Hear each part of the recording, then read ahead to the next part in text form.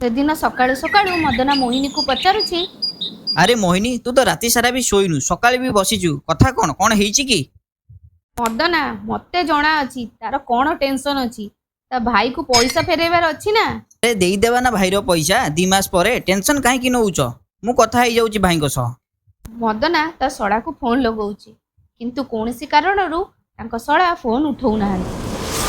କିଛି ସମୟ ପରେ ମଦନାର ଫୋନକୁ ମୋହିନୀର ଭାଇର ମେସେଜ ଆସେ, ଆଉ ସେଥିରେ ଆକାଉଣ୍ଟ ଡିଟେଲ ମେନସନ ହୋଇଥିଲା। ଭାଇଙ୍କର ଏଇ ବ୍ୟବହାର ଜମା ବି ଠିକ୍ ହେଲାନି। ପଇସା ମାଗିବା ପୂର୍ବରୁ ଥରେ ତ ଆମ କଥା ଶୁଣି ନେଇଥାନ୍ତେ। ସେପଟେ ମୋହିନୀର ଭାଉଜ ରାଧା, ଭଲ ହେଲା ମୁଁ ମେସେଜ ଡିଲିଟ କରିଦେଲି, ଦେଖେ ଆଉ କିଛି ମେସେଜ ଆସିନି ତ। ମେସେଜ ତା ଭାଇଙ୍କ ଫୋନକୁ ଆସିଥାଏ, କିନ୍ତୁ ରାଧାର ସେଥିରେ ନଜର ନଥିଲା। ଆଉ ସେଥିରେ ଲେଖା ଥିଲା, ଭାଇ କିଛି ଦିନ ସମୟ ଦେଇଦିଅ, ଏବେ ପଇସା ଦେଇ ହବନି, କିନ୍ତୁ ତୁ ଚିନ୍ତା କରନି ପଇସା ଦେଇଦେବି। ସେ ରିପ୍ଲାଏ କଲା, ମତେ କିଛି ଶୁଣିବାର ନାହିଁ, ମୋ ପଇସା ଏବେ ଦରକାର।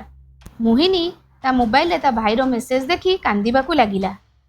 ସେପଟେ ମଦନା ବି ମେସେଜ ଦେଖିକି ବହୁତ ଜୋରରେ ରାଗିଗଲା।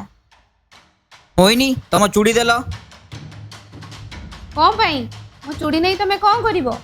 ମୁଁ ତାକୁ ବନ୍ଧା ରଖିକି ତୋ ଭାଇର ପଇସା ଦେଇଦେବି।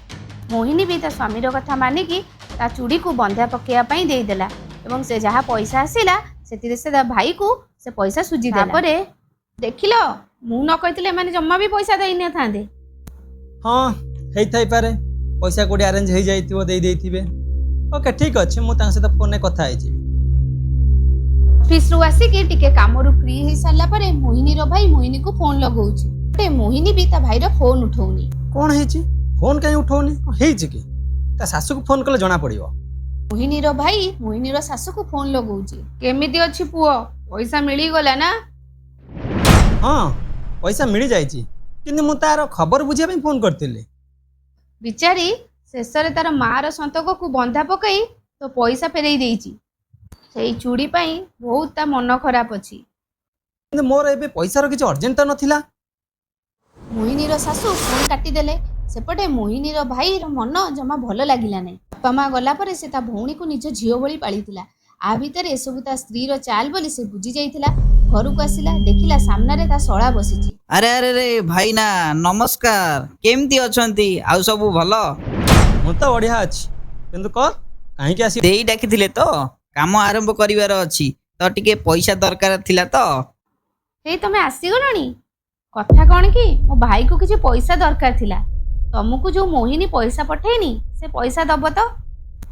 ହଁ ଠିକ୍ ଅଛି, ପଇସା ନେବ, କିନ୍ତୁ ଗୋଟେ ଜିନିଷ ବୁଝିକି ଦେଖ, ସେ କେବେ ମୋ ପଇସାଟା ରିଟର୍ନ କରିବ।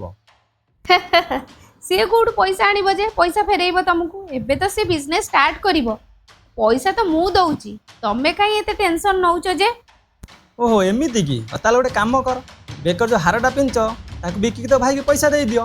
କେମିତିଆ କଥା କହୁଛ ଯେ? ଜାଣିଛ ନା ଏଇ ହାରଟା ମୋ ମାଆର ଶେଷ ସନ୍ତକ ଥିଲା। ଜାଣିଛ ନା ନାଇଁ, କୌଣସି ବି ଝିଅ ମରିଯିବ ପଛେ ତା ମା ବାପାର ଶେଷ ସନ୍ତକକୁ କେବେ ବି ସେ ବନ୍ଧା ପକେଇବନି ନା ବିକିବନି। ଏବେ କୁହ, ମୋହିନୀକୁ କିଏ ପ୍ରେସର ଦେଇଥିଲା ପଇସା ଫେରେଇବା ପାଇଁ? ରାଧା ଭଲ ଭାବରେ ଜାଣିଗଲା କି ମୋହିନୀ ସହ କରିଥିବା ବ୍ୟବହାରକୁ ତା ସ୍ୱାମୀ ଭଲ ଭାବରେ ଜାଣି ଯାଇଛନ୍ତି। କଥା କ'ଣ କି, ମୋ ଭାଇ ପାଇଁ ମୁଁ ଏମିତି କଲି, ତାକୁ ପଇସା ଦରକାର ଥିଲା ନା। ଆରେ ତ ଭାଇକି ମୁଁ ଏମିତି ବି ପଇସା ଦେଇ ପାରିଥାନ୍ତି, କିନ୍ତୁ କ'ଣ ତା ବୋଲି କ'ଣ ମୋହିନୀ ଠାରୁ ଏମିତି ପଇସା ଝଗଡ଼ା କରିକି ଆଣିବାର ଥିଲା ତୋର? ତାକୁ ମୋ ଫୋନରୁ ମେସେଜ କିଏ କରିଥିଲା? ରହି ରହିକି କହୁଛି। କେମିତିଆ କଥା କହୁଛ ଯେ? ମୁଁ ତାକୁ କୌଣସି ମେସେଜ କରିନି। ଆଚ୍ଛା, ତା ପାଖକୁ ମୋ ବ୍ୟାଙ୍କ ଆକାଉଣ୍ଟ ନମ୍ବର ଗଲା କେମିତି? ମୁଁ ତ ଦେଇନଥିଲି। ରାଧା ମନେ ରଖ, ମୁଁ ଯେତିକି ପଇସା ରୋଜଗାର କରୁଛି ସେଥିରେ ଯେତିକି ଅଧିକାର ତୁମର ଅଛି, ତାଠୁ ବି ଅଧିକ ଅଧିକାର ବାପା ବୋଉ ଏବଂ ଭାଇ ଭଉଣୀଙ୍କର ଅଛି। ମୋ ବାପା ମା ମୋତେ ପାଠ ପଢ଼େଇକି ଏତେ ବଡ଼ କରିଛନ୍ତି ଯେ ତା ବୋଲି ନୁହେଁ ଯେ ମୁଁ ବାପା ମାଙ୍କ ସହିତ ପଇସାର ହିସାବ ନିକାଶ କରିବି। ତୁ ଗୋଟେ କାମ କର, ତୋ ହାର ବିକି ତୋ ଭାଇକି ପଇସା ଦେଇଦେ। ନା ନା, ମୁଁ ମୋ ବାପା ମାଙ୍କର ଶେଷ ସନ୍ତକକୁ ବିକି ପାରିବିନି। ତୁ ଜାଣିଛୁ, ମୋ ଭଉଣୀ ମୋ ପଇସା ସୁଝିବା ପାଇଁ ତା ମାର ଶେଷ ସନ୍ତକ ତା ଚୁଡ଼ିକି ବନ୍ଧା ପକେଇ ପଇସା ଫେରେଇଛି।